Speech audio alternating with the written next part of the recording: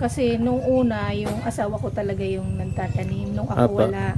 Opo. Pero nung ako naman yung nandito at siya naman yung umalis, ako na rin yung nag-maintain. Opo. So, napakagaling yung plantita, ma'am. Bukod kay Sir na plantito, hindi siya nagkamali. Naiwanan sa'yo yung napakagandang garden. Kasi na-maintain nyo po at napaganda nyo po ng ganito. So, para kayo nasa isang exclusive subdivision sa Manila. Hindi naman. Opo.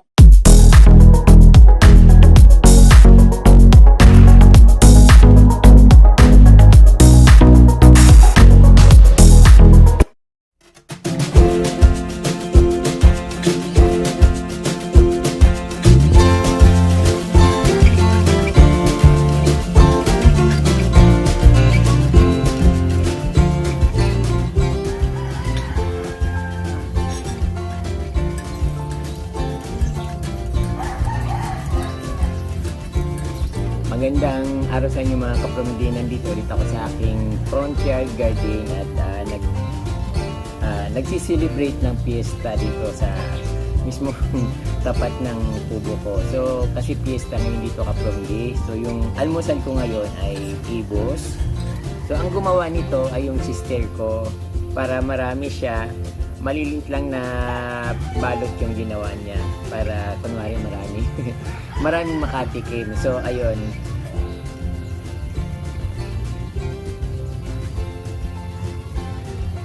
madalas na yung ulan dito mga kapromdi, pabugso-bugso kadalasan sa gabi.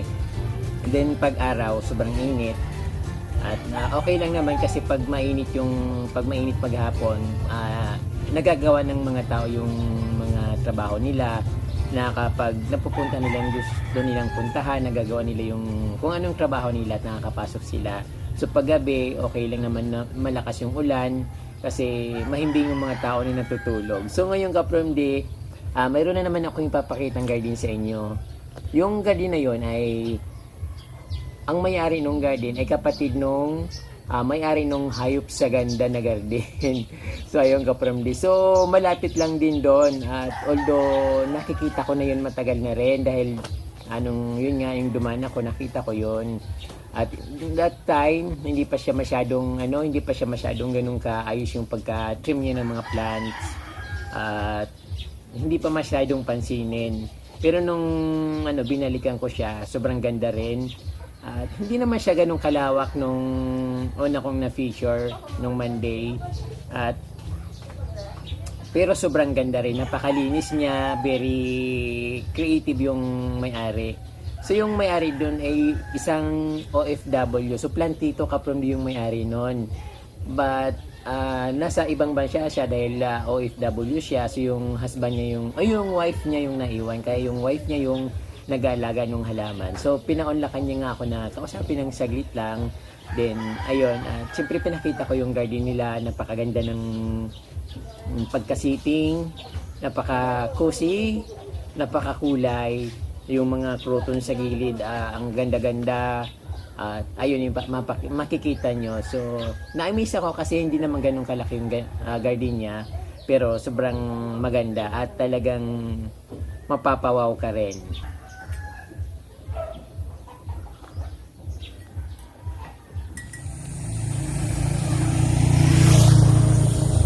So ayun kapromdi, makikita nyo ang napakagandang garden dito sa Mayugob, Ocampo, Camarines Sur.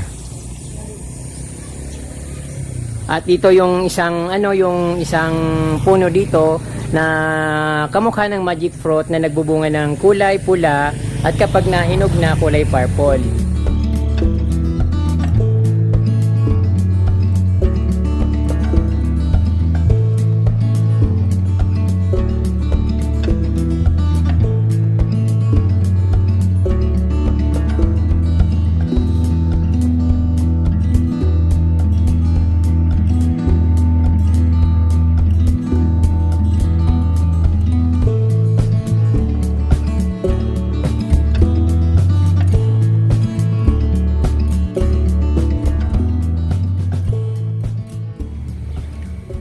Nakaka-amaze talaga kapromdi. Yung crotons dito sobrang ganda.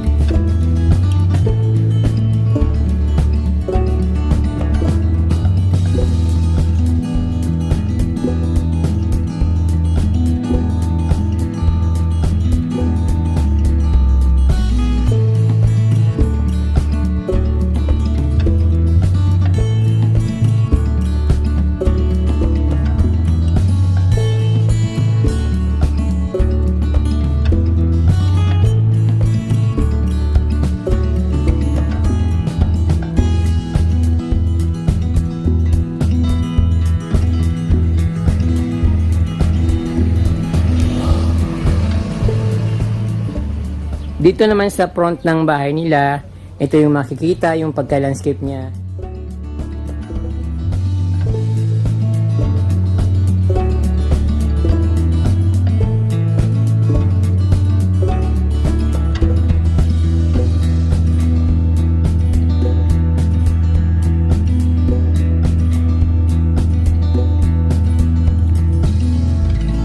Ang sobrang nagagandahan ako kaprundi at sobrang na-amaze ako dito sa bandang left side ng kanilang bahay. At ito, yung mix ng halaman, croutons, pandakaki, yung tianggubat, tapos mayroon halong areca palm, at mayroon napakalas na rubber plant. Ayan, sobrang gandang tingnan.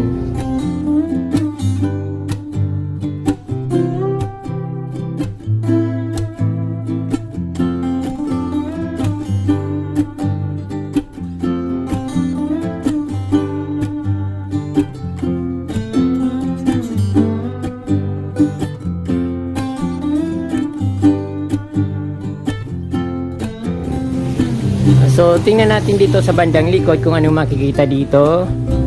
So, sigurado marami rin magagandang halaman dito. So, ayun, malawak pala yung garden dito ni Ma'am.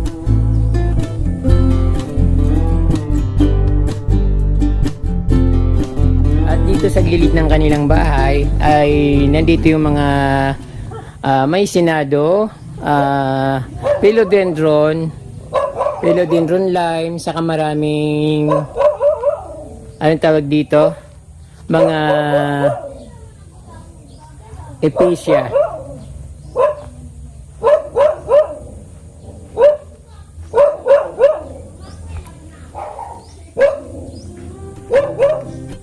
Ang taba ng kanilang epicea dito ka from the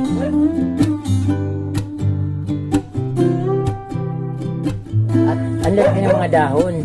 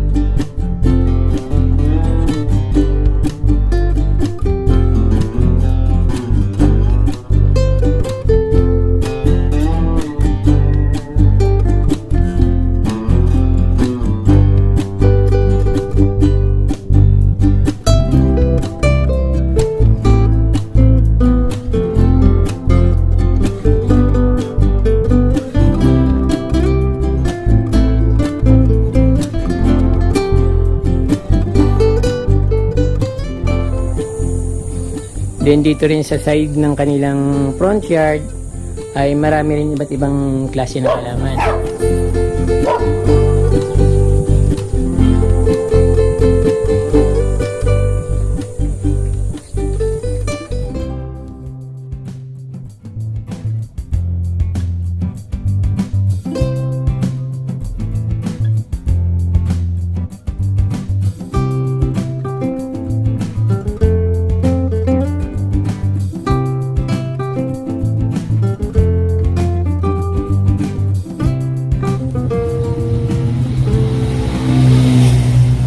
Ayun, mayroon ditong anong tawag nito, yung parang butterfly, parang legume na plants. Then may mga walachi, wandering dew, mga areca palm, saka alocasia na giant alocasia. Then mayroon silang malaking santol sa likod ng bahay. At ang napakalas na rubber plant, ayun, napakaganda ng pagkatubo niya.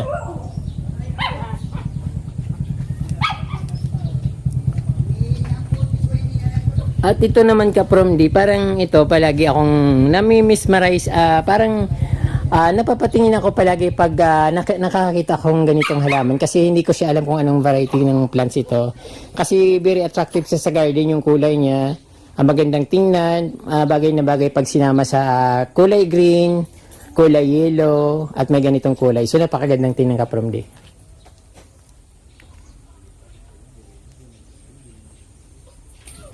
Hello ma'am, magandang umaga po. Hi. Ano po ang pangalan niyo ma'am? Lani. Lani Ilardi. So, kayo lang po ba nagtitrim ng halaman dito sa inyong bakuran sa front yard? Oo.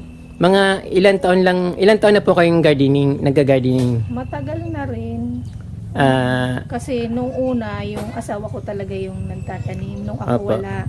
Opo. Pero nung ako naman yung nandito at siya naman yung umalis, ako na rin yung nag-maintain. Opo. So, napakagaling yung plantita, ma'am. Bukod kay sir na plantito,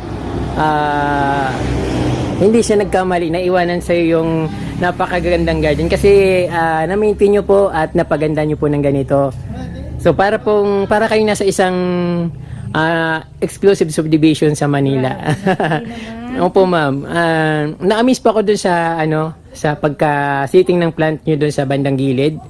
Yung croutons, pinaghalo-halong pandakaki croutons, may areca palm, tapos yung tiang gubat, saka may akalay pa. Yun, ang daming halaman dun sa bandang gilid. Nung pagdaan ko dito, hindi ko po napansin yan, pero nung pumasok ako dito sa garden nyo, nakita ko yung sobrang amazing po. Ayun po, ma'am. Salamat po ma'am sa pagpapa-unlock niyo dito ng pagpapa-unlock niyo sa akin na i-feature yung napakaganda niyong garden at maipakita natin sa buong mundo na yung dito sa Bicol, hindi lang mga magaganda kundi magaganda rin yung mga garden nila dito. Salamat din. Opo, salamat. Maraming po salamat, ma'am.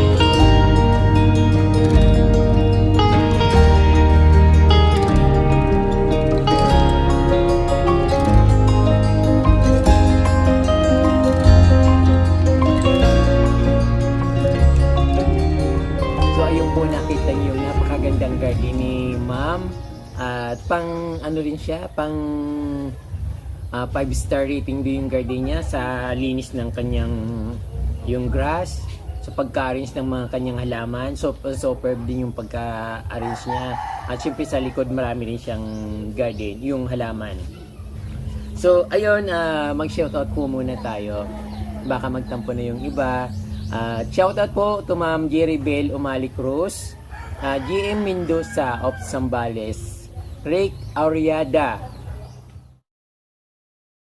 Elnore Deslate of Aklan.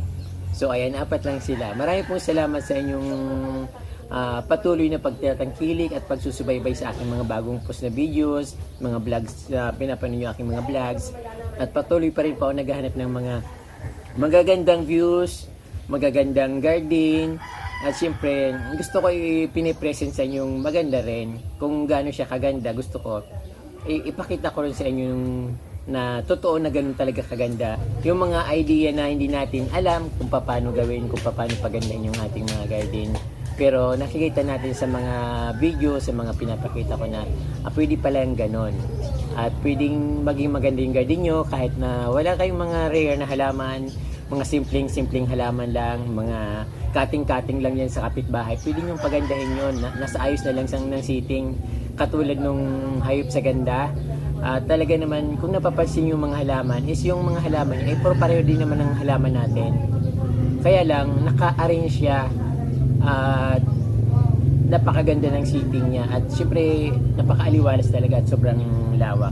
So ayun mga ka-Promdi, sana na-enjoy nyo po yung garden ni Ma'am at talaga naman napakaganda po. So marami pong salamat sa inyong panunood at kung hindi pa po kayo nakasubscribe, ay mag-subscribe na po kayo. Huwag niyo pong kalimutan po na i-touch yung notification bell para updated po kayo sa aking mga bagong post na videos. At kung pwede, pakishare na rin po para mapanood po ng maraming manunood at gustong manood. Maraming pong salamat at Diyos mabalos po.